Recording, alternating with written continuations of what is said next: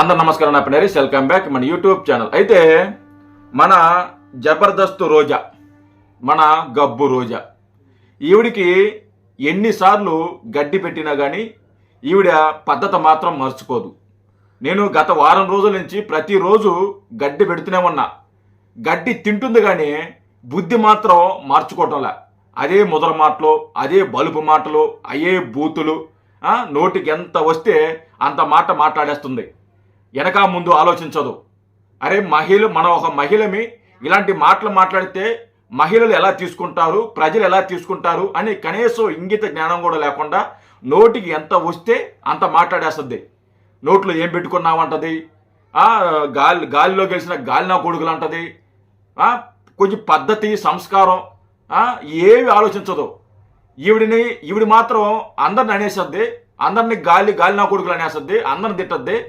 ఈవిడిని మాత్రం ఏమన్నా అంటే మాత్రం మీడియా ముందుకు వచ్చి నాటకాలు చేస్తున్నది అనమాట. ఏడ్చినట్టు డ్రామాలు ఆడుతుంటది.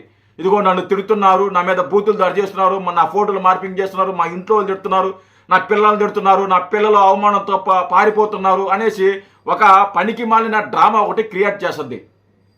తను నోరు అదుపులో పెట్టుకోదు. అది ఆవిడ మాత్రం ఇష్టం వచ్చి మాట్లాడద్ది. ఆవిడని మాత్రం ఎవరు ఏమనకూడదు. ఆవిడ మాత్రం ఎవరైనా ఏమనంటే డ్రామాలు మొదలు పెట్టద్ది. నిన్న ఈ రోజా గతంలో మాట్లాడింది గాల్లో గెలిచిన గాలినా కొడుకులని. ఈరోజు కూడా అదే మాట ఈవిడ మాట్లాడటం జరిగింది. ఒకసారి ఈవిడ ఏం మాట్లాడిందో చూడండి. ఎవరు గాలినా కొడుకులు అనేది తెలిసేద్దాం ఈ వీడియోలో.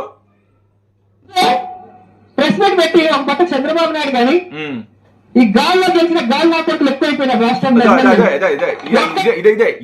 ఇదే బలుపు అన్నమాట. ఇదే నోటు దురుసు. ఇది నోటు దురుసు కాదు కానీ దీన్ని బలుపు అంటారు. బేసిక్గా బలుపు అంటారు దీన్ని. గాల్లో గెలిచిన గాలినా కొడుకులు అంటే రోజా నేను అడుగుతున్నా, గాల్లో గెలిచిన గాలినా కొడుకులు అంటున్నావే అంటే ఎమ్మెల్యేలందరూ కూడా గాలినా కొడుకులు అని అంటుంది. వాళ్ళందరూ నీకు కొడుకులు అయినప్పుడు వాళ్ళ తండ్రులు నీకేమవుతారు రోజా? ఏమవుతారు ఒకసారి ఆలోచించండి. నేనైతే ఆ మాట మాట్లాడదలుచుకోవాలా. ఒకవేళ మీకు తెలిస్తే వీడియో చూస్తున్నా మీరు ఒకసారి కామెంట్ చేయండి. ఎమ్మెల్యేలందరూ ఆవిడికి కొడుకులంట. ఆవిడికి వాళ్ళందరూ కొడుకులైనప్పుడు వాళ్ళ తండ్రులు ఈ జబర్దస్త్ రోజాకి ఏమవుతారు అనేది ఒకసారి మీరు కామెంట్ చేయండి. ఆ కామెంట్లను నాకు చూసిన తర్వాత కొంచెమన్నా సిగ్గు వస్తుందేమో చూద్దాము.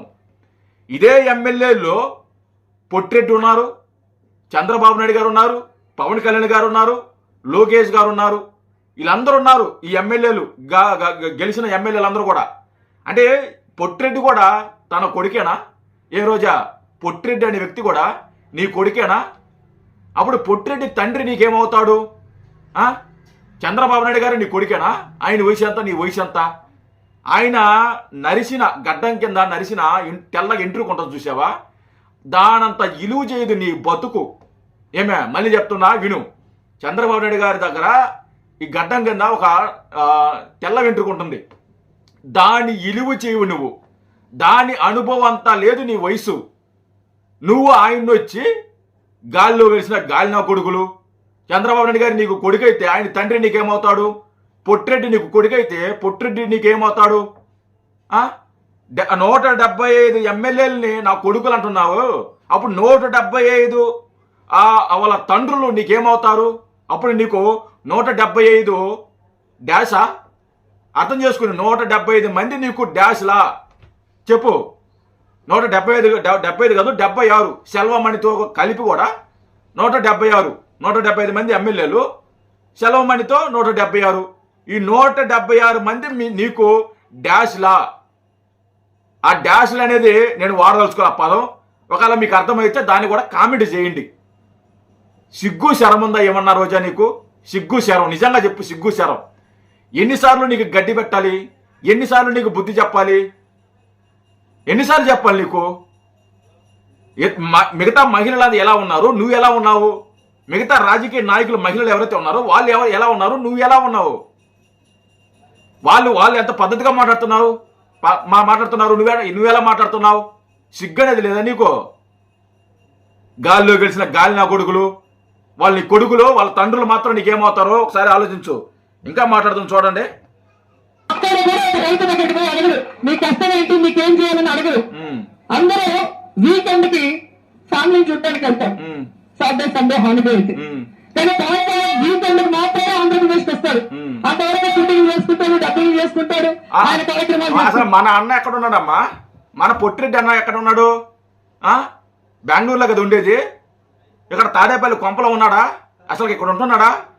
తన ఫ్యామిలీ ఎక్కడ ఉంది? ఇక్కడే కదా ఉండేది, ఆంధ్రాలోనే కదా, తాడేపల్లిలో కదా. మరి ఎందుకు లేస్తే బెంగళూరుకి వెళ్తున్నాడు? శనివారం అయితే ఆదివారం అయితే వీకెండ్ మాత్రం వచ్చి ఇక్కడ రాజకీయం చేస్తాడు. దానికి సమాధానం చెప్పు. ఆయన ఎందుకు వెళ్తున్నాడు? సిగ్గు లేకుండా మీ నాయకుడు మాత్రం వెళ్ళొచ్చు, వారం అంతా అక్కడ ఉండొచ్చు, వారానికి 2 రోజులు మాత్రం ఆంధ్రాలో ఉంటాడు. దానికి సమాధానం చెప్పు. సిగ్గుమాలి బతుకు. ఎందుకు ఇలాంటి బతుకులు ఎన్ని రోజులు? తెలుసుకోవాల్సింది రాష్ట్రంలో ఉన్న తెలుగుదేశం పార్టీ జనసేన నాయకులు తెలుసుకోవాలి. ఇప్పుడు హైదరాబాద్ కు పారిపోయే వాళ్ళు రేపు జగనన్న ప్రభుత్వం వస్తే వీళ్ళు హైదరాబాద్ గారు అమెరికాకు పారిపోతారు.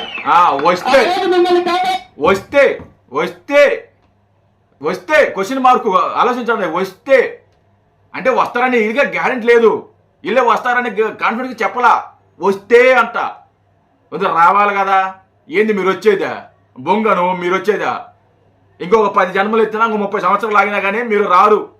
మళ్ళీ మీరు అధికారులకు రారు, మళ్ళీ మీరు గెలవరు. ముఖ్యంగా నువ్వు గెలవో.